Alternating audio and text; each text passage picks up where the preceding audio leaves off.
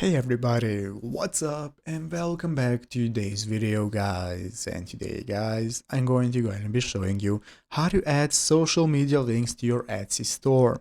This is a very simple thing to do, so make sure to watch this quick and easy video till the very end, follow my steps correctly so you can make sure this works the same for you and you can do this yourself. But yeah guys, let's get straight into it. So the first thing we want to do is to go ahead and open up the official Etsy website right here, etsy.com, if you have not already. So after opening it up, this is going to go and greet you with this main page. We're in the upper right corner. The first thing we can do is going to log into our account. So if you do not already have an account, you can just go and create one. And after creating one and logging in, this is going to be the home page you're greeted by. So once you've logged in, now we can get started with accessing our shop manager in the upper right corner. By clicking shop manager is going to enable us to set up our store. If you do not already have one, if you have one, it's going to open up your store settings from where we can get started managing it. So now we're going to follow this Etsy Help Center article right here on how to share to social media from your shop.